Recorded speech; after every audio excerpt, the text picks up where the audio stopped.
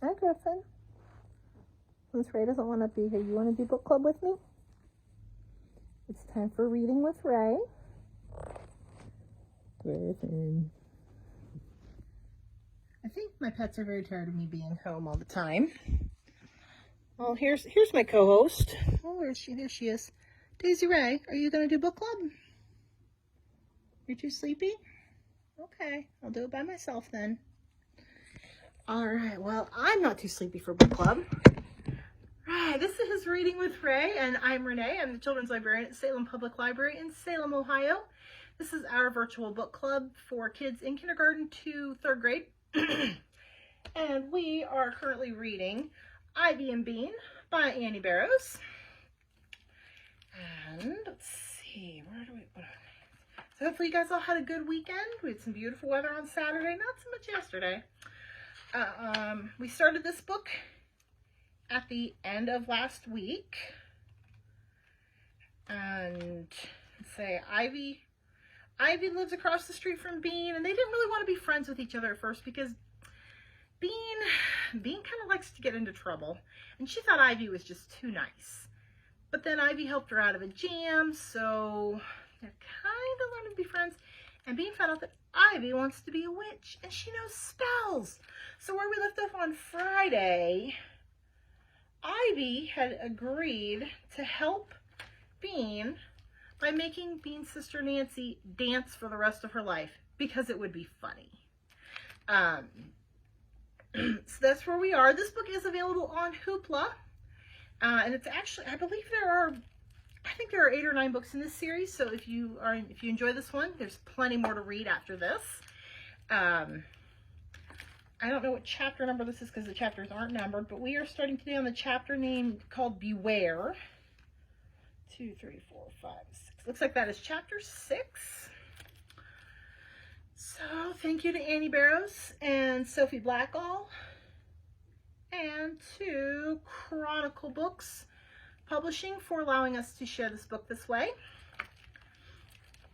Okay, let's get ready for some Ivy and Bean. I put a sip of water before we start.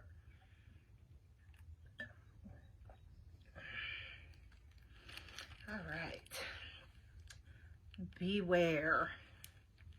Once they had agreed to cast a spell on Nancy, Bean stared long and hard at Ivy's robe. Those little pieces of paper had to go. The first thing we have to do is make you look more like a witch, Ivy said. Bean said. Ivy looked down at her bathrobe. Why? Bean tried to explain without hurting Ivy's feelings. Well, if you want other people to believe you're a witch, you have to look more witchy. But I don't care if other people believe me, said Ivy. Bean shook her head. What a weird kid. It'll make your spells better, too. You gotta dress for success. Her mother said that all the time. It usually meant that Bean had to put on a clean shirt. Besides, it'll be fun. Do you have face paint? Ivy nodded. In my room upstairs. She pointed to a window. Is your mom inside? Bean asked. I guess, said Ivy. Is she gonna tell my mom where I am? Grown-ups stick together that way. Bean's dad said it was because they were all in a club together, but Bean felt pretty sure he was making that up. Ivy tapped her wand against her hand. Maybe we should sneak in, just to be sure. That was fine with Bean. She loved sneaking. She loved face paint, too. And she was really going to love watching Nancy kick her legs and wave her arms for the rest of her life. They went in the back door to the kitchen. Bean could hear Ivy's mom talking on the telephone somewhere in the house. This is going to be easy, whispered Ivy. She's working. She yelled loudly, Hi, Mom! Can I have a banana? Hang on a second, Bean heard Ivy's mom say. Then to Ivy, she said, Honey, I'm on the phone. Get your own banana. And there was the sound of a door shutting. Okay, yelled Ivy. She smiled at Bean. See? Very tricky, thought Bean. Ivy was turning out to be a lot more interesting than she had expected. They walked softly past Ivy's mom's door and up the stairs. They were very quiet. At the top of the stairs, there was a door with a sign that said, Beware, in red glitter glue letters. That was Ivy's room. When she went in, Bean stood still and looked all around. This is way, way cool, she said. She had never seen a room like Ivy's. There were thick lines drawn on the floor, marking out 5 sections. Each section was like a different room. In one section, there was a small sofa on a rug and a bookcase stuffed with books. In another was a table covered with pens and paper and glitter glue and paint. Ivy's bed, with a canopy made of silver netting, was in another. A dresser and a folding screen painted with clouds were in the fourth section. The fifth section had nothing in it except dolls. Bean had never seen so many dolls in her life. There were the weird staring dolls with fancy costumes that were kept in glass cases at the toy store. Oh, and we get a picture of an illustration of Bean's room. She does have a cool room. Or this is Ivy's room, I'm sorry. There were stiff wooden dolls. There were china dolls, small ones, smaller ones, and tiny ones. There was one doll that was really a rock dressed in clothes. All the dolls were seated around a doll-sized blanket. Even the mushy baby dolls that couldn't sit by themselves had been propped up with the blocks. And in the middle of the blanket lay a Barbie doll wrapped up in toilet paper, and all the other dolls were watching her. All the dolls are watching. Neat, said Bean. A mummy. Yeah, said Ivy. I'm going to build a pyramid to bury her in as soon as I figure out how. I know how, said Bean. Nancy made one out of sugar cubes last year. I can't believe your parents let you draw lines on your floor. It's only chalk, said Ivy. It comes off. I changed the lines when I changed the rooms. For now, I'm thinking about getting rid of the dressing room and making it into a kitchen.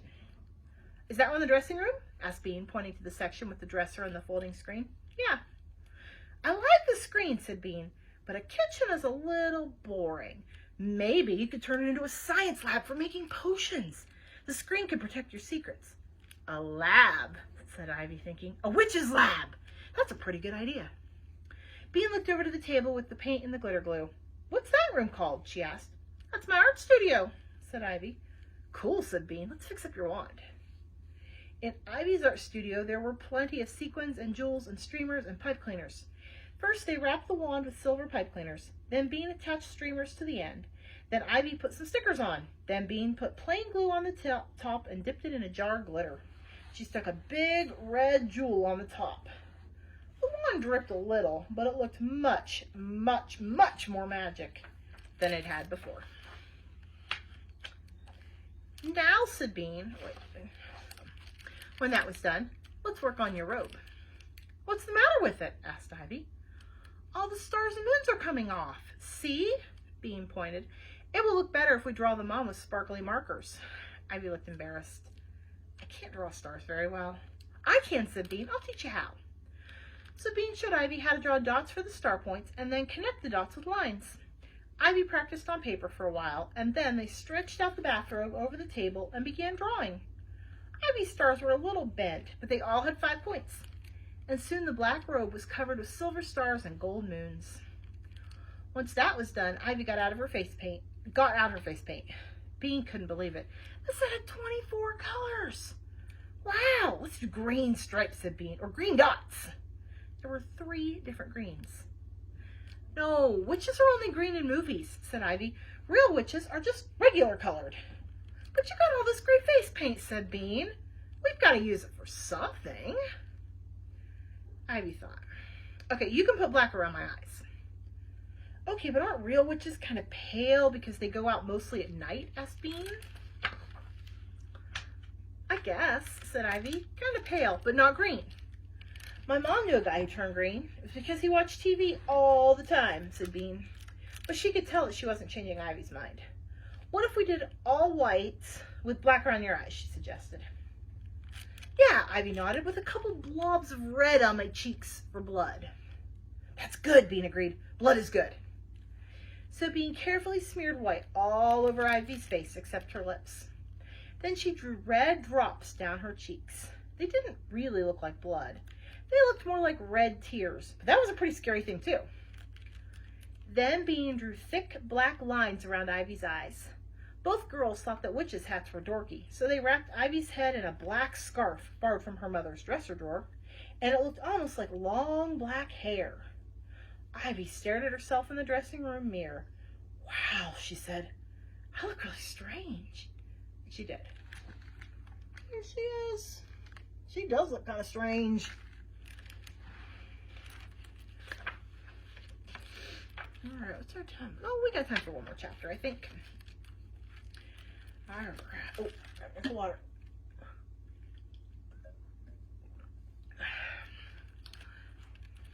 This would be chapter 7 then. Easy peasy. Now they were ready to begin. Ivy went to the bedroom section of her room and pulled out a cardboard box out from under her bed. Then she looked at Bean. "This part is really secret," she said. "I promise I won't tell anyone," said Bean. So Ivy opened the box and took out a square thing wrapped in pink silky cloth. It was her spell book. Bean thought a spell book would be mysterious looking with a magic sign on the cover or something. But this spell book was plain black. It was old, though. Ivy said it was almost 100 years old, and the pages were yellowish. "Where'd you get it?" Bean whispered. "My aunt gave it to me," Ivy said. "Is she one?" asked Bean. "She says she isn't," said Ivy, "but I'm not so sure." Ivy flipped through the book for a dancing spell. She read it to herself, and then she whispered it, but so low that Bean couldn't hear. Bean didn't mind. Everyone knew that witches' spells were private, and after a few minutes, Ivy said, "Got it. It's a pretty easy spell. The only thing we need is worms." Luckily, there were lots of worms in Bean's backyard. Tons. But now they were going to have to sneak into Bean's yard and dig them up, without Nancy seeing. But also, luckily, Bean knew how to get into her yard by going through the other backyards on Pancake Court.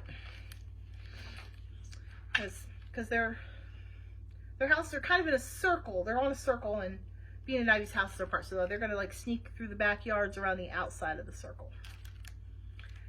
There was one really gross dog poopy yard, and there was Mrs. Trance, who didn't like kids in her garden, and there was a lot of climbing.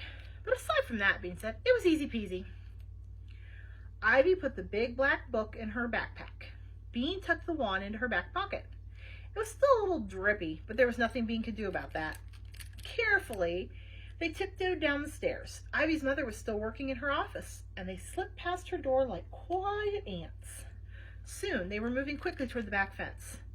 Ivy, Bean saw, did not really know how to climb a fence. She just jumped at it, hoping she would get to the top. So Bean showed her how to find the little holes and bumps that make a ladder. Oh, here they go. They're sneaking out of the house.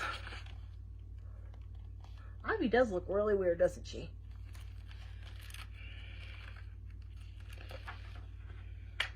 Oh, okay, here's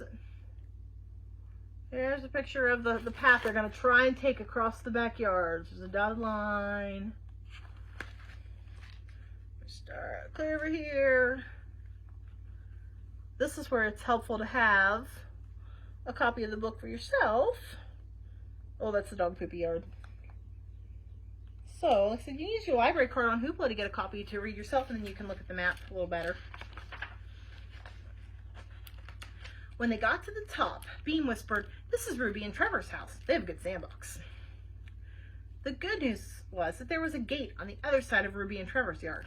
The bad news was that it led to the really gross dog poopy yard. Bean and Ivy walked on tiptoes, but still Ivy stepped in some. Faster, the dog whose poop it was, came out to sniff them. He was a nice dog, and he seemed sorry that his yard was so disgusting. The next fence was low and easy, except that the wand fell out of Bean's pocket and she had to go back and get it. Then came Jake the teenager's house. There was loud music with lots of bad words in it coming from the garage. There was no way Jake the teenager was ever going to hear them walking through his backyard. Mrs. Trance was next. Getting into her yard was no problem. Ivy and Bean climbed over the stone wall and dropped down onto her lawn. Everything in Mrs. Trance's yard was perfectly neat. Her tulips were lined up in rows, her apple tree was tied so that its branches grew flat, her bird bath had no birds in it. "If Mrs. Trance sees us, she's going to be really mad," said Bean. Bean knew this garden. It was very long and there was no way to go around it. "Is she going to throw rocks at us?" asked Ivy. She looked a little scared. "No, she just talks, but it's worse than throwing rocks," Bean sighed. Maybe she's not home. But Mrs. Trance was home. They were halfway across her perfect yard when she came outside. She stood on her patio and glared at them. "Bernice," she said in a high voice, "come here." Bean took a few steps towards the patio. "Closer, please, Bernice. It seems that we need to have another one of our little talks." Ivy came and stood beside Bean next to the patio.